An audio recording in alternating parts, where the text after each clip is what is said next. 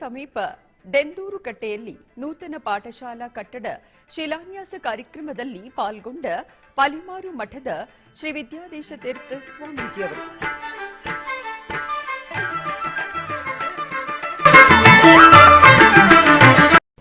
ಜಗತ್ತನ್ನು ಆಳುವ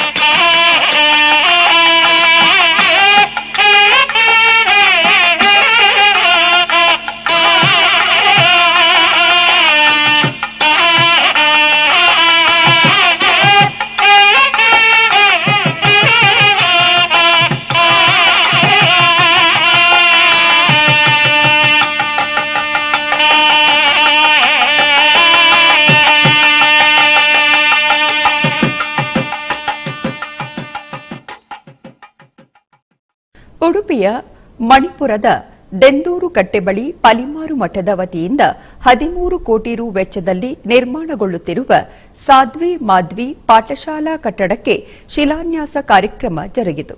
ಕಾರ್ಯಕ್ರಮದಲ್ಲಿ ಪಾಲಿಮಾರು ಮಠದ ಶ್ರೀ ವಿದ್ಯಾಧೀಶ ತೀರ್ಥ ಸ್ವಾಮೀಜಿಯವರು ಪಾಲ್ಗೊಂಡು ಆಶೀರ್ವಚನವನ್ನು ನೀಡಿದರು.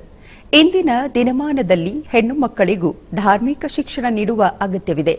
ತಾಯಿ ಸುಸಂಸ್ಕೃತರಾಗಿದ್ದರೆ ಮಕ್ಕಳ ಮೇಲೂ ಪ್ರಭಾವ ಬೀರುತ್ತದೆ.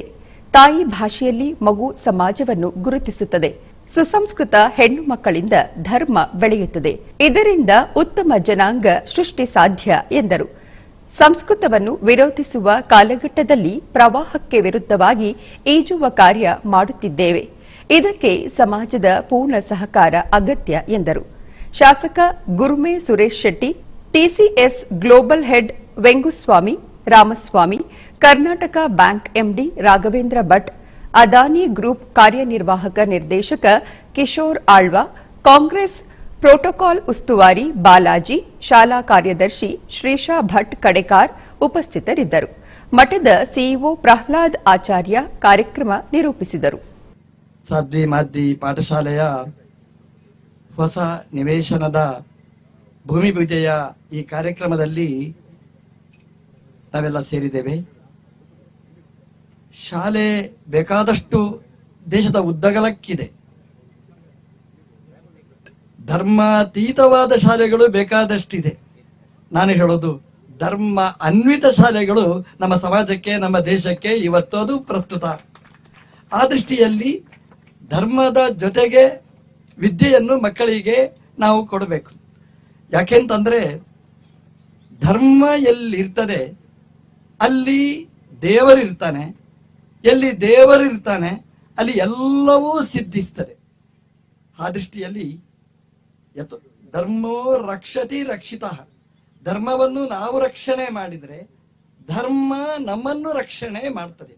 ಆ ದೃಷ್ಟಿಯಲ್ಲಿ ಶಾಲೆಯಲ್ಲಿ ಕಲಿಸಿಕೊಡ್ಬೇಕಾದ್ದನ್ನೆಲ್ಲ ಕಲಿಸಿಕೊಟ್ಟು ಅದರ ಜೊತೆಗೆ ನಮ್ಮ ಸನಾತನ ಧರ್ಮ, ಸನಾತನ ಸಂಸ್ಕೃತಿ, ಸನಾತನ ಭಾಷೆಗಳು ಅದರ ಅಧ್ಯಾಪನೆಯ ಕಾರ್ಯನೂ ನಡೆಸಬೇಕು ಅನ್ನುವ ದೃಷ್ಟಿಯಲ್ಲಿ ಈ ಸಾಧ್ವಿ ಮಾಧ್ವಿ ಪಾಠಶಾಲೆಯ ಪ್ರಸ್ತಾವ ನಡೆದಿದೆ.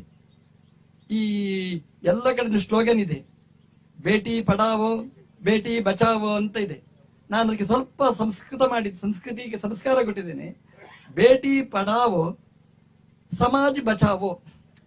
ಒಂದು ಮಗಳನ್ನು ನಾವು ಓದಿಸಿದ್ರೆ ನಮ್ಮ ಸಮಾಜ ಅದು ಸುರಕ್ಷಿತವಾಗ್ತದೆ. ಒಬ್ಬ ತಾಯಿ ಅವಳು ಚೆನ್ನಾಗಿ ಸುಸಂಸ್ಕೃತಳಾಗಿದ್ರೆ ಅವಳ ತೊಡೆಯಲ್ಲಿ ಬೆಳೆಯುವ ಮಗು ಅದು ಸುಸಂಸ್ಕೃತವಾಗ್ತದೆ. ತಾಯಿಯ ಸಂಸ್ಕೃತದಲ್ಲಿ ತೊಡೆಗೆ ಉತ್ಸಂಗ ಅಂತ ಹೆಸರು, ಉತುಸಂಗ. ತೊಡೆಗೆ ಉತ್ಸಂಗ ಅಂತ ಹೆಸರು. ಯಾಕೆಂತಂದ್ರೆ ಅದು ಒಳ್ಳೆಯ ಸಂಘವನ್ನು ಕೊಡುವಂತಹದ್ದು. ತಾಯಿಯ ಸಂಘಕ್ಕಿಂತ ದೊಡ್ಡ ಸಂಘ ಮತ್ತೊಂದಿಲ್ಲ. ಮಗು ಅಪ್ಪನನ್ನು ಗುರುತಿಸುವುದು ಅಥವಾ ಸಮಾಜವನ್ನು ಗುರುತಿಸುವುದು ತಾಯಿಯ ಭಾಷೆಯಲ್ಲಿ. ಹಾಗಾಗಿ ತಾಯಿಯ ಮಡಿಲಲ್ಲಿ ಬೆಳೆಯುವ ಮಗು ಯಾವ ಭಾಷೆಯನ್ನು ಕಲಿತದೆ ಅಂತಂದ್ರೆ ತಾಯಿಯ ಭಾಷೆಯನ್ನೇ. ಅದಕ್ಕೆ ನಮ್ಮಲ್ಲಿ ಹೇಳೋದು ಮದರ್ ಲ್ಯಾಂಗ್ವೇಜ್ ಅಂತ ಹೇಳ್ತಾರೆ ಹೊರತು ಫಾದರ್ ಲ್ಯಾಂಗ್ವೇಜ್ ಅಂತ ಹೇಳೋದಿಲ್ಲ. ಯಾಕಂದ್ರೆ ತಾಯಿಯ ಭಾಷೆ ಮಕ್ಕಳ ಮೇಲೆ ತುಂಬಾ ಪ್ರಭಾವ ಬೀರುವಂತಹದ್ದು. ತಾಯಿ ಯಾರನ್ನು ಅಪ್ಪ ಅಂತ ಹೇಳ್ತಾಳೆ ಅವನನ್ನೇ ಅಪ್ಪ ಅಂತ ಮಕ್ಕಳು ಕರೀತಾರೆ. ಆ ದೃಷ್ಟಿಯಲ್ಲಿ ಅಪ್ಪನ ಪರಿಚಯ ಮಾಡಿಸಿಕೊಡುವುದು ಅಮ್ಮನಲ್ಲಿ ಇರ್ತದೆ.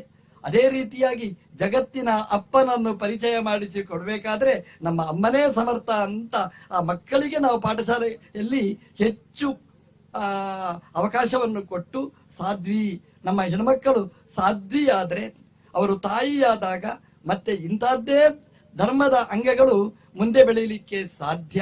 ಆ ದೃಷ್ಟಿಯಲ್ಲಿ ಆ ಹೆಣ್ಮಕ್ಕಳಿಗೆ ನಾವು ಒಳ್ಳೆಯ ಸಂಸ್ಕಾರವನ್ನು ಕೊಟ್ಟರೆ ಒಳ್ಳೆಯ ಸುಸಂಸ್ಕೃತರಾಗ್ತಾರೆ. ನನಗೆ ವಿಷ್ಣು ಸಹಸ್ರನಾಮ ಹೇಳಿಕೊಟ್ಟದ್ದು ಅಪ್ಪ ಅಲ್ಲ ಅಮ್ಮ. ದಿನ ವಿಷ್ಣು ಸಹಸ್ರನಾಮ ಹೇಳಿದ್ರಿಂದ ಇವತ್ತು ನನಗೆ ಮರೆತು ಹೋಗದಿದ್ದಷ್ಟು ಸಂಸ್ಕಾರ ನಮಗೆ ಸಿಕ್ಕಿತ್ತು. ಆ ದೃಷ್ಟಿಯಲ್ಲಿ ನನಗೂ ಅನಿಸ್ತದೆ ಆ ತಾಯಿಯ ಮಡಿಲಲ್ಲಿ ಬೆಳೆಯತಕ್ಕಂತಹ ಮಕ್ಕಳು ಒಳ್ಳೆಯ ಸುಸಂಸ್ಕೃತರಾಗ್ತಾರೆ. ಆ ದೃಷ್ಟಿಯಲ್ಲಿ ನಮ್ಮ ಹೆಣ್ಮಕ್ಕಳಿಗೆ ಒಳ್ಳೆಯ ಸದಾಚಾರ, ಒಳ್ಳೆಯ ಸಂಸ್ಕೃತಿ, ಒಳ್ಳೆಯ ವಿದ್ಯೆಗಳನ್ನು, ಒಳ್ಳೆಯ ಭಾಷೆಯನ್ನು ನಾವು ಕಲಿಸಿದರೆ ನಮಗೆ ಒಳ್ಳೆಯ ಜನಾಂಗ ಮುಂದೆ ಬರಲಿಕ್ಕೆ ಸಾಧ್ಯ. ನಾನು ಯಾವ ಭಾಷೆಯನ್ನು ದ್ವೇಷ ಮಾಡುವವ ಅಲ್ಲ, ಎಲ್ಲಾ ಭಾಷೆಗಳು ಬೇಕು.